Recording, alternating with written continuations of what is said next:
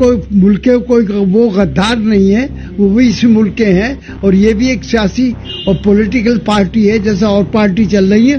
तो आज तक कभी आरएसएस पर तो बैन नहीं लगाया गया।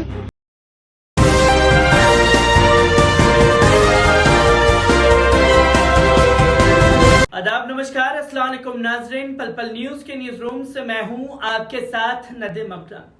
पॉपुलर फ्रंट ऑफ इंडिया को लेकर के तमाम जानकारी जो है वो सामने आ रही है, पर इस जानकारी को आप लोगों के साथ साझा करने से पहले जो खेल खासतौर पर गोदी मीडिया में बीते एक महीने से लगातार चल रहा है उस पर बात करना लाजमी हो चुका है, क्योंकि आज भी खासतौर पर महाराष्ट्र, मध्य प्रदेश और बिहार में कई जगहों पर छापेमारी की गई, जिसके दौरान पॉपुलर फ्रंट ऑफ इंडिया से जुड़े कुछ लोगों को गिरफ्तार किया गया है। शक के आधार पर तमाम चीजें जो हैं वो कोर्ट में जाएंगी, उसके बाद ही कोई निर्णय लिया जाएगा।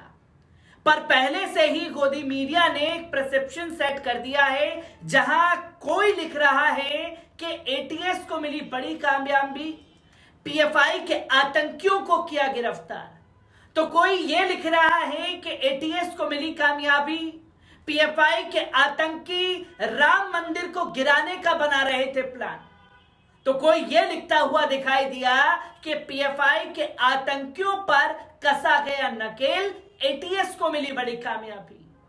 इनके शब्दों पर गौर करने की जरूरत है, जो कि एक नफरत का पुलिंदा तैयार करता हुआ ये गोदी मीडिया लगातार नजर आ रहा है, क्योंकि एटीएस ने अभी तक कोई सबूत ना तो मीडिया से साझा किए हैं और ना ही कोर्ट में सबूत दिए गए हैं। रिमांड बढ़ाई जा रही है, पूछताछ की जानी है, तमाम चीजों को लेकर के बार बार खबरें यही आ रही है, पर गोदी मीडिया के पास ये खुफिया जानकारी कहां से है जिसका एटीएस को भी पता नहीं है, पर इन एंकरों को पता हुआ है जो लगातार नफरत परोसने का काम कर रहे हैं। पर गोदी मीडिया की इसी छीछालेदर हरकतों की वजह से संभल के सांसद शफीकुर रहमान भड़क चुके हैं और शफीकुर रहमान बर्क खुल करके पॉपुलर फ्रंट ऑफ इंडिया के लिए बात भी कर रहे हैं, तो वहीं आरएसएस बैन की मुहिम को भी तेज करने की बात कह रहे हैं। क्या कुछ खबरें सामने आई हैं, पहले इस रिपोर्ट पर नजर डालते हैं। कोई ट्रेनिंग, जहां तक मेरी मालूमात का ताल्लुक है, वो पार्टी दूसरी है, मैं समाजवादी का आदमी हूं, लेकिन मैं इतना कह सकता हूं कि ना तो मैंने कभी इस किस्म की शिकायत सुनी, न उनके किरदार से या उनके काम से मुझे पता चला कि वो ये काम कर रहे हैं। जी, ये तो सब बीजेपी मुसलमानों को हरस करने के लिए और मुसलमानों को खौफजदा करने के लिए ये सारी बातें करती है। अब चूंकि जहां तक पीएफआई का ताल्लुक है, उस पर इन्होंने वो लगा दिया, बैंड लगा दिया, तो बैंड कोई वजह नहीं है, कोई मुल्क के कोई वो गद्दार नहीं है, वो भी इसी मुल्क के हैं और ये भी एक सियासी और पॉलिटिकल पार्टी है जैसे और पार्टी चल रही है। तो आज तक कभी आरएसएस पर तो बैन नहीं लगाया गया, जबकि जो आरएसएस का सिर्फ ये काम है कि जगह जगह मुसलमानों के साथ उनके साथ जुल्म करना, जाति करना, उनके साथ, ये उनका काम है। और इन्होंने धर्म संसद बनाई थी, उन्होंने साफ कहा कि मुसलमानों का कत्लेआम किया जाए, मुसलमानों को मारा जाए, और ये सारी बातें इतनी गैर जिम्मेदाराना बात है मुल्क के अंदर, जिससे नफरत बढ़ती है और हालात खराब होते हैं। उस पर कोई गवर्नमेंट का बैन नहीं लगा, इन पर बैन क्यों नहीं लगाया गया? और इन पर ये झूठी सच्ची बातें कि साहब ये करते हैं, वो करते हैं, तो गलत। तो अब ये तो अल्लाह बेहतर जाने, मैं तो नहीं कह सकता कि और जहां तक मेरी मालूमात का ताल्लुक है, वो इस किस्म का ये इनके खिलाफ झूठा प्रोपेगेंडा है। तो देखिए, वहाँ रियासती वो तो कानून है नहीं, अब जो स्टेट का वो तो सेंटर, उनने उनकी ताकत वो छीन लिया। अब इसका सेंटर जिम्मेदार है, बीजेपी की सेंट्रल पार्टी जिम्मेदार है इस बात की कि वो इन हालात को क्यों ऐसे हालात पैदा हो रहे हैं, क्यों कंट्रोल नहीं कर पा रहे। तो मेरी मांग है कि इसमें सेंट्रल गवर्नमेंट मदाखलत करके और सही जांच कराकर उनके खिलाफ कार्रवाई करे और माहौल को ठीक करने की कोशिश करे।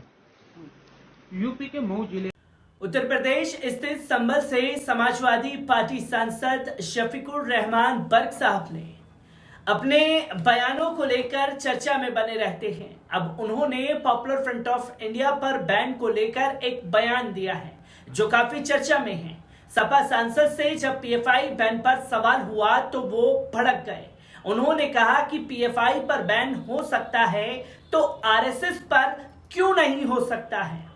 सपा सांसद डॉक्टर शफीकुर रहमान बर्क से जब पीएफआई बैन को लेकर सवाल हुआ तो आरएसएस पर भड़क गए। उन्होंने कहा पीएफआई पर बैन हो सकता है तो आरएसएस पर भी बैन होना चाहिए। आरएसएस मुसलमानों पर जुल्म और ज्यादती कर रही है। आरएसएस ने धर्म संसद बनाकर मुस्लिमों के कत्लेआम का ऐलान किया था। सरकार अगर बिना वजह के सियासी पार्टी पीएफआई पर बैन लगा सकती है तो सरकार आरएसएस पर भी बैन लगाए। हालांकि ये पहला मौका नहीं है जब पॉपुलर फ्रंट ऑफ इंडिया पर शफीकुर रहमान बर्क साहब ने बयान देकर चर्चा में आए हों। इससे पहले भी उन्होंने कहा था कि पीएफआई पढ़े लिखों का संगठन है, पढ़े लिखों की पार्टी है, मुसलमानों के रिप्रेजेंटेड करती है, मुसलमानों पर होने वाली ज्यादती पर खड़ी होती है, इसलिए बैन कर दिया गया है।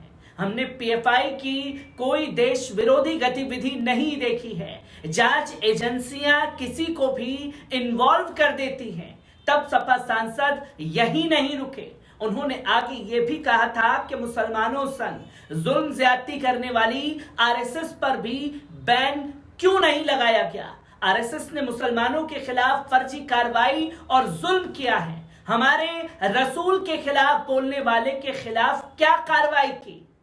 बता दें कि केंद्र सरकार ने देश भर में पॉपुलर फ्रंट ऑफ इंडिया की गतिविधियों में लगातार सक्रियता के सबूत मिलने के बाद संगठन को बैन कर दिया था। केंद्र सरकार ने पॉपुलर फ्रंट ऑफ इंडिया को 5 सालों के लिए बैन किया है। इसी के साथ साथ आपको बता दें कि आज महाराष्ट्र पुलिस के आतंक निरोधी दस्ते यानी कि एटीएस ने मुंबई से सटे रायगढ़ जिले के पनवेल से प्रतिबंधित संगठन पॉपुलर फ्रंट ऑफ इंडिया यानी कि पीएफआई के 4 सदस्यों को गिरफ्तार किया है।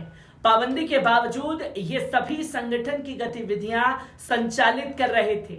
एटीएस के अनुसार गिरफ्तार लोगों में प्रतिबंधित संगठन का पनवेल सचिव और 2 अन्य कार्यकर्ता शामिल हैं। ये पनवेल में बैठकर बैठक कर रहे थे। उन्हें आज सुबह करीब 4 बजे गिरफ्तार किया गया। पनवेल मुंबई से करीब 50 किलोमीटर दूर है। पूछताछ के बाद चारों को गैरकानूनी गतिविधि कानून की धारा 10 के तहत मुंबई में एटीएस की काला चौकी इकाई में दर्ज मामले में गिरफ्तार किया गया है। एटीएस मामले के आगे जांच कर रहा है। तो वहीं केंद्र सरकार ने पिछले महीने पीएफआई और उसके कई सहयोगियों पर आईएसआईएस जैसे वैश्विक आतंकी समूह से संपर्क होने का आरोप लगाया था। सिद्ध नहीं हुआ, 5 सालों के लिए बैन कर दिया गया। पिछले माह पीएफआई के कथित रूप से जुड़े 250 से ज्यादा लोगों को गिरफ्तार किया गया था।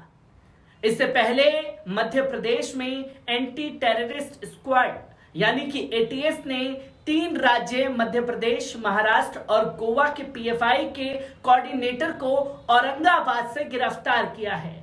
इंदिरा नगर औरंगाबाद से निवासी नसीर नदवी 3 राज्यों में पीएफआई सदस्यों को केंद्रीय समिति के बड़े नेताओं के साथ समन्वय कराने का जिम्मा निभाता था। इसके पास यही नहीं, किसी राज्य से कब और कितने सदस्यों को ट्रेनिंग कराना है इसका जिम्मा भी था। दरअसल एटीएस ने 22 सितंबर को इंदौर और उज्जैन से पीएफआई के प्रदेश अध्यक्ष अब्दुल करीम बेकरीवाला सहित 4 लोगों को गिरफ्तार किया था। इनके विरुद्ध यूएपीए के तहत एटीएस भोपाल में केस दर्ज किया गया है। चारों से पूछताछ में नदवी का नाम सामने आया। कोर्ट ने नासिर को 27 अक्टूबर तक एटीएस के हिरासत में सौंप दिया है। पीएफआई के 4 सदस्यों को 22 सितंबर को गिरफ्तार करने के बाद एटीएस ने पीएफआई के 21 सदस्यों को पूछताछ के लिए उठाया था। सभी के खिलाफ 151 के तहत कार्रवाई की गई थी। इसके बाद से जेल भेज दिया गया था। इनमें से 12 सदस्यों को बुधवार को यूएपीए के तहत गिरफ्तार कर लिया गया था। सभी को कोर्ट ने 27 अक्टूबर तक की एटीएस रिमांड पर सौंप दिया है, जो कि एटीएस की रिमांड पर सौंपा गया है। तमाम सबूत जो हैं अभी पूछताछ के जरिए तमाम चीजें उन लोगों के साथ पूछी जा रही हैं, पर सबूत कोर्ट में आना बाकी है। सबूतों के आधार पर ही तमाम चीजें लोगों के सामने क्लियर हो जाएंगी। पर कोर्ट में सबूत जाने से पहले गोदी मीडिया जो लगातार मुस्लिम होने की वजह से जो खेल खेल रहा है, उस पर बार बार सवाल खड़े हो रहे हैं। और सवाल कोई और नहीं बल्कि समाजवादी पार्टी के सांसद शफीकुर रहमान पर लगातार उठा रहे हैं। मैं ऐसी ही खबरों से आपको रूबरू कराता रहूंगा। दीजिए इजाजत, शुक्रिया।